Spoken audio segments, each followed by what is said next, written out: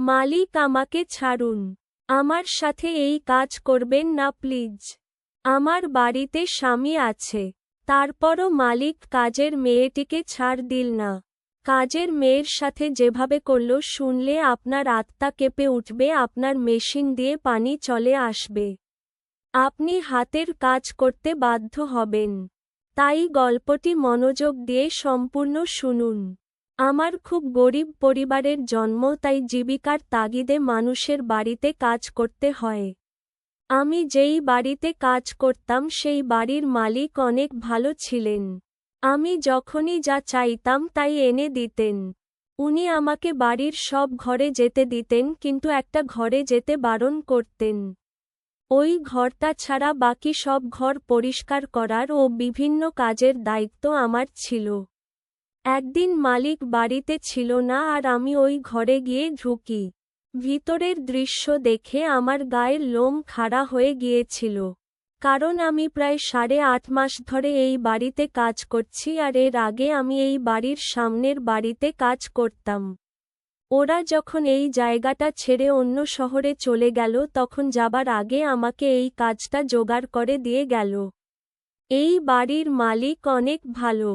সব রকমভাবে আমার খেয়াল রাখেন। এই বাড়িতে আমি ছাড়া আরও 2জন কাজের লোক আছে, আর দুজনেই ছেলে। বাড়ির ভেতরকার সব কাজ আমি করতাম। এত বড় বাড়িতে মালিক একা থাকতেন। বাড়িটা অনেক বড় ছিল, বাড়িতে বেশি লোকজন ছিল না, তাই আমাকেও বেশি কাজ করতে হতো না। তার সত্ত্বেও মালিক আমাকে অনেক ভালো পারিশ্রমিক দিতেন। পারিশ্রমিক ছাড়াও উনি আমাকে অনেক কিছু দিতেন। উনার ঘর আর টাকার সংখ্যা গুণে শেষ করা যেত না। আমি এই কাজটা পেয়ে অনেক খুশি ছিলাম, শুধু মালিক আমাকে একটা বিষয়ে সতর্ক থাকতে বলেছিলেন।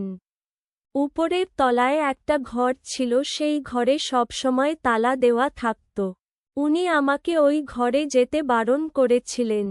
প্রায় মনে হতো ওই ঘরে কি এমন আছে যার জন্য মালিক সেখানে কাউকে যেতে দেন না। এমনকি মালিক আমাদের উপরের তলাতে যেতেও বারণ করতেন। কিন্তু একবার আমি উনার থেকে উপরের তলা পরিষ্কার করার অনুমতি নিয়েছিলাম। উনিও অনুমতি দিয়েছিলেন, কিন্তু ওই ঘরে যেতে আমাকে বারণ করে দিয়েছিলেন। আর আমার এত সাহস ছিল না যে আমি মালিককে জিজ্ঞেস করব ওই ঘরে কি আছে। আর ওই বাড়ির বাকি 2জন কাজের লোকের সাথে আমার তেমন কথা হতো না যে ওদেরকে করব, আর সবচেয়ে বড় কথা মালিক আমাকে অনেক বিশ্বাস করতেন, আর আমি কোনোভাবেই মালিকের বিশ্বাস হারাতে চাই না। কারণ এই বাড়িতে আমি না চাইতেন সবকিছু পাচ্ছিলাম।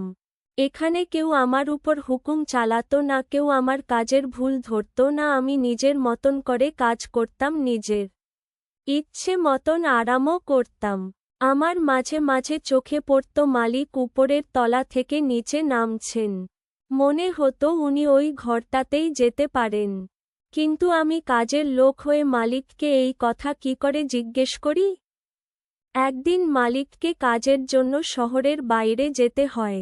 যাবার আগে উনি আমাকে বলেছিলেন, আমি 3 দিনের জন্য বাইরে যাচ্ছি। আমি যখন থাকব না তখন এই বাড়ির দেখাশোনা তোমাকেই করতে হবে। তিনি বাড়ির চাবিটাও আমার হাতে তুলে দেন। আমি অনেকদিন ধরে ওই বাড়িতে কাজ করছিলাম, তাই মালিক আমাকে বিশ্বাস করতে শুরু করেছিলেন। বাড়ির সব চাবি আমার হাতে তুলে দিয়ে মালিক বলেন, উপরের তলায় পরিষ্কার করতে যাওয়ার কোন দরকার নেই, তুমি নিচেই থাকো আর বাড়ির দেখাশোনা করো। আমি মালিককে কথা দিলাম যে আমি অনেক ভালো করে তার বাড়ির দেখাশোনা করব। এই 2 দিন আমার পুরো ছুটি, কোন কাজ নেই। এমনিতেও এই চাকরিটা আমার কাছে সোনার ডিম পাড়া মুরগির মতন। শুধু একটা কথা আমাকে ভাবায়, মালিক কেন চায় না আমি উপরের তলায় যাই? ওই ঘরে কি এমন আছে যে মালিক আমাকে উপরের তলায় যেতে বারণ করে গেলেন? আমার অনেক জানতে ইচ্ছে করছিল ওই ঘরটায় এমন কি আছে। বাড়ির সব চাবি এখন আমার কাছে, তার মানে নিশ্চয়ই উপরের ঘরটার চাবিও এর মধ্যে আছে। আমার অনেক ইচ্ছে করছিল একবার ওই ঘরটায় যেতে আর দেখতে ওখানে কি আছে, কিন্তু আমার ভয় হচ্ছিল যে মালিক যদি জানতে পারে তাহলে আমার চাকরি চলে যাবে আর আমি এই চাকরিটা কোনতেই হারাতে চাই না। আমি ভেবে দেখলাম এখন এই বাড়িতে আমি ছাড়া আর কেউ নেই তোকে আমাকে দেখবে। আর যে দুজন কাজের লোক ছিল তাদের মধ্যে একজন মালিকের ড্রাইভার যে উনার সাথে গিয়েছিল আর আরেকজন ছিল চৌকিদার যে কখনো বাড়ির ভেতরে ঢুকতই না। তাই এখন আমি উপরের ঘরে গেলে মালিক কোনোভাবেই সেটা জানতে পারবে না। এই ভেবে আমি সিঁড়ির দিকে পা বাড়ালাম। প্রথমে আমার বুক ধড়ফড় করছিল, আমার ভয় লাগছিল। আমি জানতাম না ওই ঘরের ভিতরে কি আছে। মনে হয় মালিকের কোন পুরনো স্মৃতি আছে ওখানে। এই ভেবে আমি ভয়ে ভয়ে সিঁড়ি ভেঙে উপরের তলায় গিয়ে পৌঁছালাম। আমি ওই ঘরের বাইরে ৬-৭ মিনিট ধরে দাঁড়িয়ে রইলাম, আমার সাহস হচ্ছিল না চাবি খুলে ভেতরে ঢোকার। এই শীতেও আমি ঘামছিলাম। আমি যেটা করতে যাচ্ছিলাম সেটা এক ধরনের চুরি বলা যেতে পারে। মালিকের বিশ্বাস ভেঙে আমি নিজের আগ্রহ মেটাতে যাচ্ছিলাম। আমার বিবেক আমাকে বাধা দেয়, আমি নিচে নেমে এলাম। অনেক বেশি হলে মালিকের কোন দামি জিনিস বা পুরনো স্মৃতি থাকবে যেটা আমার কোন কাজে আসবে না। কিন্তু আমার চাকরিটা চলে গেলে গ্রামে আমার বুড়ো বাবা মায়ের ওষুধের খরচ কে দেবে? এই ভেবে আমি নিজেকে সামলে নিলাম। মালিক যাওয়ার একদিন হতে চলল, উনি বলেছিলেন উনি 2 দিন পর ফিরবেন। পরের দিন সকালে আমি যখন বাড়ি পরিষ্কার করছিলাম তখন আমার মনে হলো উপরের তলাটা 2 দিন পরিষ্কার না হলে ওখানে অনেক ধুলো জমে যাবে। আর মালিক ফিরে আসার পর ওটা পরিষ্কার করতে গেলে আমার কাজ অনেক বেড়ে যাবে। এই ভেবে আমি উপরের তলাটা পরিষ্কার করতে চলে গেলাম, কারণ আমি চাইনি মালিক ফিরে আসার পর আমার কাজের বোঝা আরও বেড়ে যাক। আর আমি এখন পুরো খালি ছিলাম, একলা একলা, আমার বাড়িতে মন বসছিল না। মালিক থাকলে উনি দিনের অর্ধেকটা বাড়িতেই কাটাতেন আর কিছু না কিছু ছোটখাটো কাজ দিয়ে আমাকে ব্যস্ত রাখতেন। উপরের তলাটা পরিষ্কার করতে গিয়ে আমি আবার ওই ঘরটার সামনে গিয়ে পড়লাম। এইবার আমি আর নিজেকে ধরে রাখতে পারলাম না। মালিককে দেওয়া কথা ভুলে আমি চাবির গোছাটা বের করে একটা একটা করে চাবি তালায় লাগিয়ে চেক করতে লাগলাম। কিছুক্ষণ পর একটা চাবি লাগাতে তালাটা খুলে গেল। আমি ভয় পেয়ে দরজাটা খুলে ঘরের ভেতরে ঢুকলাম। ঘরের ভেতরে যা দেখলাম তা দেখে আমার পায়ের তলা থেকে মাটি সরে গেল। আমি স্বপ্নেও ভাবিনি যে আমি ভেতরে এমন কিছু দেখব। ওখানে যা দেখলাম আমার মাথা ঘুরে গেল। আমি দরজাটায় আবার তালা লাগিয়ে তাড়াতাড়ি করে নিচে নেমে এলাম। আমার এত সাহস ছিল না যে আমি ঘরের ভেতরে ঢুকব। আমি ছুটে নিচে চলে এলাম। এখন আমার বুক ধড়ফড় করছিল, মনে হচ্ছিল প্রাণটা বেরিয়ে আসবে। আমার গা ঘামে ভিজে গেছিল আর আমার অবস্থা অনেক খারাপ হয়ে গেছিল। আমি ভেবেছিলাম ভেতরে মালিকের কোন দামি জিনিস বা পুরনো স্মৃতি থাকতে পারে, কিন্তু আমি স্বপ্নেও ভাবিনি যে এমন কিছু থাকতে পারে। আমি নিচে এসে সোফায় বসে পড়লাম। আমার পা কাঁপছিল আর আমার সাহস হচ্ছিল না যে আমি উঠে এক গ্লাস জল খাব। বেশ কিছুক্ষণ ধরে আমি সোফায় ওই রকমভাবে বসে রইলাম। তারপর উঠে আমি কোন রকমে নিজেকে সামলালাম। সোফা থেকে উঠে প্রথমে জল খেলাম, তারপর ভাবতে লাগলাম মালিক যদি জানতে পারেন যে আমি ওই ঘরের দিকে গিয়েছিলাম তাহলে আমার চাকরিটা আর থাকবে না। কিন্তু ভেতরে আমি যা দেখেছি তারপর আমি চুপ করে থাকলে সেটাও একরকম পাপ হবে। আমি জানতে চাই এরকমটা কেন? তখন আমার মাথায় একটা খেয়াল আসে, আমি শুধু পরিষ্কার করার জন্য মালিকের ঘরে যেতাম আর পরিষ্কার হয়ে গেলে আমি বেরিয়ে আসতাম। উনার ঘরটা আমি কখনো ভালো করে দেখিনি। আজ আমি যখন উপরের ঘরে এমন একটা দৃশ্য দেখলাম তখন আমার জানতে ইচ্ছে করছে যে আমার মালিক আসলে কে। তাই আমি ঠিক করলাম প্রথমে আমি মালিকের ঘরটা খুঁজে দেখব। হতেও পারে যে ওখানে আমি এমন কিছু পাবো যা দেখে আমার পুরো ব্যাপারটা বুঝতে সুবিধা হবে। যখন আমি মালিকের ঘরে গিয়ে পৌঁছলাম তখন আমি এক এক করে জিনিস খুলে চেক করতে থাকলাম। উনি কোন জিনিসই লক করে যাননি, শুধু ঘরের দরজাটাই নক ছিল যার চাবি আমার কাছে ছিল।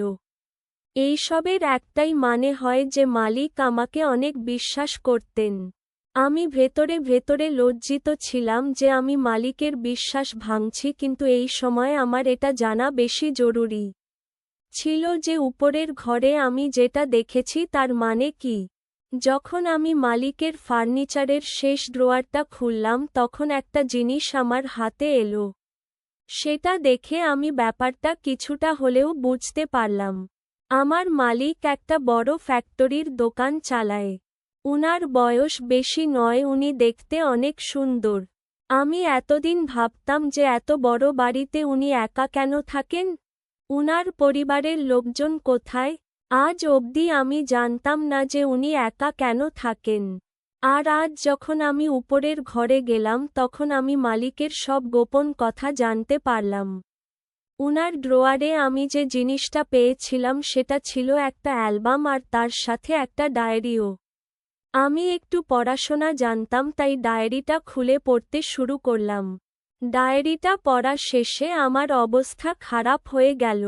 আমি মালিককে ভালো মানুষ মনে করতাম, কিন্তু আসলে উনি তো সেই রকম সাংঘাতিক মানুষ। আমার সন্দেহ হয় যে আমি কি সত্যিই এই বাড়িতে একা আছি। ডায়েরিটায় অনেক কম লেখা ছিল, টুকরো টুকরো করে কথা লেখা ছিল। ওইগুলো পড়ার পর আমার মনে হয়েছিল আমি মালিকের গোপন তথ্য জেনে গেছি। কিন্তু আমি ভুলে গেছিলাম যে প্রত্যেকটা ছবির একটা অন্য মানে থাকে, সব সত্যের একটা অন্য দিক থাকে যা আমাদের চোখে পড়ে না। আমি নিজের মতন করে সব ঘটনাটা সাজিয়ে একটা গল্প বানিয়ে ফেললাম, কিন্তু সেটা আমার নিজের দৃষ্টিভঙ্গি ছিল। আমি কেবল অর্ধেক সত্যিটা জানতে পেরেছিলাম, কারণ মালিকের ডায়েরিতে মাত্র 10 থেকে 12টা পাতায় লেখা ছিল। বাকি পাতাগুলোই কিছু লেখা ছিল না। আমি অ্যালবামটা খুলে দেখলাম ওখানে মালিকের ছোটবেলার কিছু ছবি আছে, যেখানে উনি ওনার মা-বাবার সাথে হাসিমুখে দাঁড়িয়ে আছেন। আমি প্রথমবার মালিকের মা-বাবার ছবি দেখলাম। ওটা ছাড়া অ্যালবামে আর কিছু ছিল না, তবে আমি সবটা বুঝতে পেরেছি। আমি নিজের মতন করে 2 2 4 করে নিলাম, কিন্তু তখন আমি অর্ধেক ঘটনাটা জানতাম। আমি ভাবিনি যে যখন আমি পুরো সত্যিটা জানতে পারব তখন আমার দৃষ্টিভঙ্গি পুরোপুরি বদলে যাবে। আমি সব জিনিস আবার আগের মতন করে দিলাম আর বাইরে বেরিয়ে মালিকের ঘরটা আবার লক করে দিলাম। উপরের ঘরটাও আগের মতন লক করে দিলাম। আমি চাই না মালিক কোনোভাবেই জানতে পারুক যে আমি ওনার ঘরে ঢুকেছিলাম, কিংবা উনি বুঝতে পারুক আমি উপরের ঘরে গিয়েছিলাম। কারণ তখন মালিককে আমার অনেক ভয়ঙ্কর মনে হয়েছিল উনি সবকিছু করতে পারেন। রাত হতেই মালিক ফেরত চলে এলেন। এখন আমার মালিককে দেখে অনেক ভয় লাগছিল। আমি কোন রকমে ওনার জন্য খাবার বানিয়ে সার্ভেন্ট কোয়ার্টারে চলে গেলাম। এখন আমার ওনার সামনে যেতে ভয় লাগছিল। বন্ধুরা, ভিডিওর মাঝখানে একটা কথা বলতে চাই। আমি তোমাদের সর্বদা হাসি খুশি রাখার জন্য খুব কষ্ট করে ভিডিও বানাই, তাই তোমাদের কাছে অনুরোধ থাকবে অবশ্যই ভিডিওটি দেখে একটি লাইক করবে এবং SMAGK চ্যানেলটি সাবস্ক্রাইব করে পাশে থাকবে। আমার মনে এই ভয়টা ছিল যে মালিক যদি সবকিছু জানতে পেরে যান তাহলে আমার কাজটা আর থাকবে না, কিংবা হতে পারে উনি আমাকে তার থেকেও কোন ভয়ঙ্কর শাস্তি দেবে। সার্ভেন্ট কোয়ার্টারে গিয়ে শুয়ে পড়লাম। অনেক ঠান্ডা পড়েছিল যখন মালিক আমাকে ফোন করে আবার বাড়িতে ডেকে পাঠালো। তখন আমার পুরো প্রাণটা বেরিয়ে যাবার মতো অবস্থা। মনে হচ্ছিল মালিক হয়তো সবটা জেনে গেছেন। আমি খোঁড়াতে খোঁড়াতে বাড়ির ভেতর গিয়ে উপস্থিত হলাম। মালিক আমাকে দেখে বলেন, অনেক ঠান্ডা পড়েছে। আমি খানিকটা প্রাণ ফিরিয়ে পেলাম। আমি তাড়াতাড়ি কফি বানিয়ে মালিকের ঘরে পৌঁছতে গেলাম। মালিক আমাকে দেখে বসতে বলেন। আমি ঠান্ডা মেঝেতেই বসে পড়লাম। আমি ঠান্ডায় কাঁপছিলাম। মালিক বলেন, আমার অনুপস্থিতিতে তুমি আমার ঘরে ঢুকেছিলে। মালিক যেভাবে সরাসরি আমাকে প্রশ্ন করলেন তাতে আমার অবস্থা খারাপ হয়ে গেল। মালিক জানেন যে আমি উনার ঘরে ঢুকে ওনার জিনিসপত্র ঘেঁটেছি। আমি চুপ করে মাথা নিচু করে রইলাম। উনি বললেন, তোমার কি এমন দরকার পড়েছিল যে তুমি আমার ঘরে ঢুকে আমার জিনিসপত্র ওলটপালট করেছ? আমি কখনো তোমার কোন অভাব রাখিনি। মালিক আমাকে একের পর এক প্রশ্ন করতে থাকেন যার আমার কাছে কোন উত্তর ছিল না। তিনি বললেন, বলো তোমার কি এমন দরকার পড়েছিল যে তুমি আমার ড্রয়ারের সব জিনিসপত্র ঘেঁটেছ? তোমার কি মনে হয়েছিল যে আমি কিছু জানতে পারবো না? আমি আমার ঘরের সব জিনিস অনেক যত্নে রাখি আর তুমি সবকিছু এধারোধার করে দিয়েছ। তুমি ভেবেছিলে আমি বুঝতে পারবো না? মালিকের রাগটাও অনেক অদ্ভুত ছিল। উনি শুধু একের পর এক প্রশ্ন করতে থাকেন। আমার মনে হলো যে সত্যিটা আমি আর লুকোতে পারবো না। আমি ওনাকে বলে দিলাম, যখন আপনি না ছিলেন আমি উপরের তলাটা পরিষ্কার করতে গেছিলাম। আমার আগ্রহ অনেক বেড়ে গেছিল তাই আমি উপরের ঘরটা খুলেছিলাম। আমি যেই ভিতরে পা রেখেছিলাম সঙ্গে সঙ্গে আমার জান বেরিয়ে গেছিল। ভেতরের দৃশ্যটা দেখে আমি কেঁপে উঠেছিলাম। আর তাই সত্যিটা জানার জন্য আমি আপনার ঘরে এসেছিলাম। আমার মনে হয়েছিল যে আপনি আপনার ঘরে আমি এমন কিছু পাবো যেটা দেখে আমি সত্যিটা জানতে পারব। কারণ আমি উপরের ঘরে যা দেখেছিলাম তারপর চুপ করে থাকা আমার কাছে এক ধরনের পাপ মনে হচ্ছিল। আমি যখন আপনার ড্রয়ার চেক করছিলাম ওখানে আমি একটা অ্যালবাম আর একটা ডায়েরি খুঁজে পাই। ওইগুলো দেখে আমার একটা ঝটকা লেগেছিল। আমি বুঝতে পারছিলাম না যে আপনি এরকম কেন করছেন। কেউ কি এমনটা করতে পারে?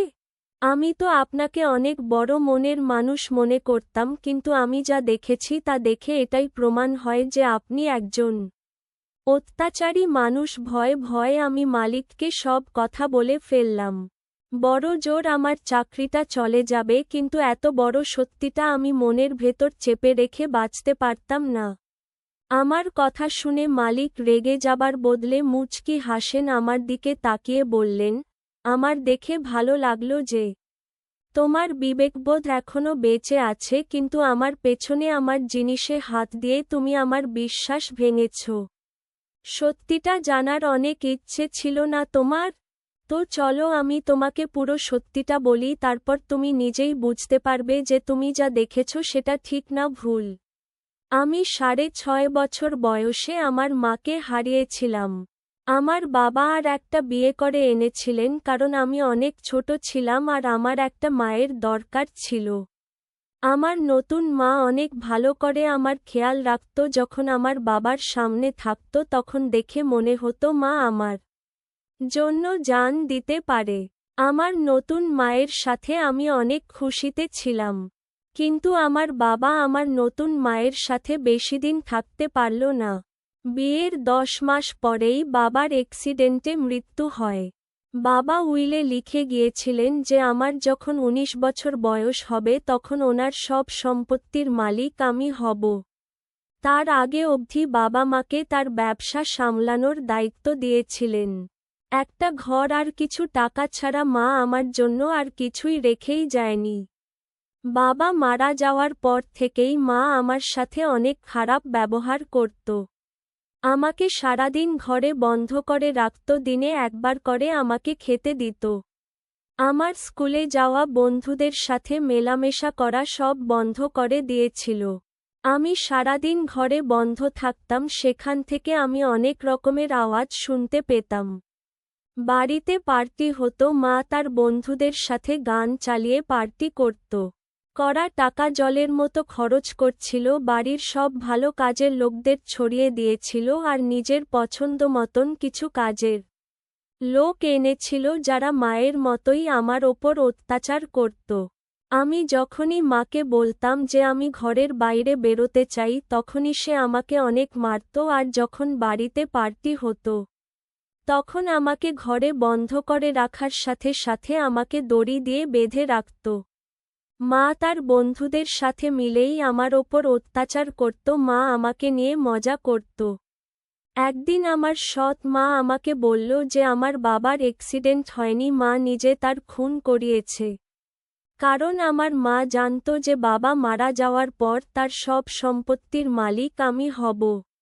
যখন আমার বাবার উইল সামনে এলো তখন মা রেগে আগুন হয়ে গেল এই দেখে যে তার ভাগে বেশি কিছু নেই।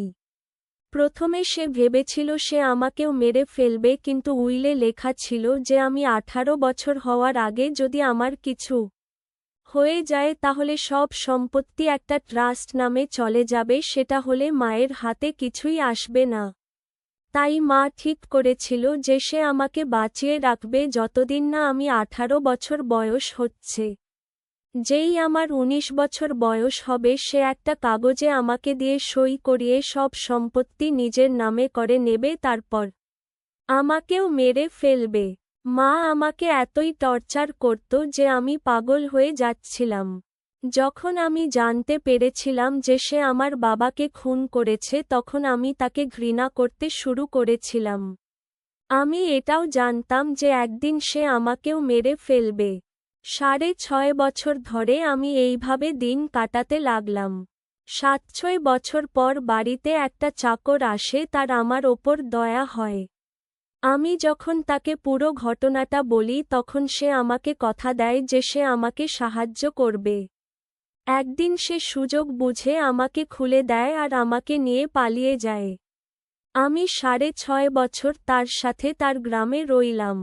যখন আমার 19 বছর বয়স হলো তখন মা বাবার উকিলের সাথে দেখা করলাম। আমি বেঁচে আছি দেখে উনি অনেক খুশি হলেন, কারণ উনি আমার বাবার বন্ধু ছিলেন।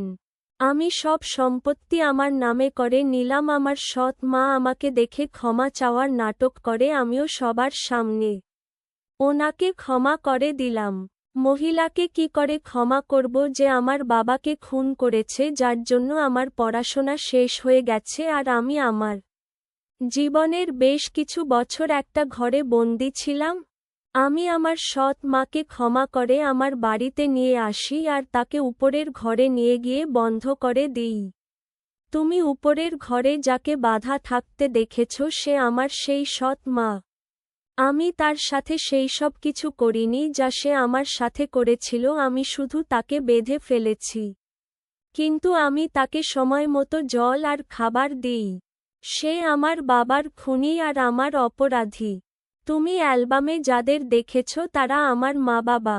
বাবা যতদিন বেঁচে ছিলেন ততদিন আমার মা আমার সাথে অনেক ভালো ব্যবহার করত, কারণ সে জানত যে সে অনেক তাড়াতাড়ি আমার বাবাকে মেরে ফেলবে আর সব সম্পত্তির মালিক হবে এবং আমাকেও রাস্তা থেকে সরিয়ে দেবে।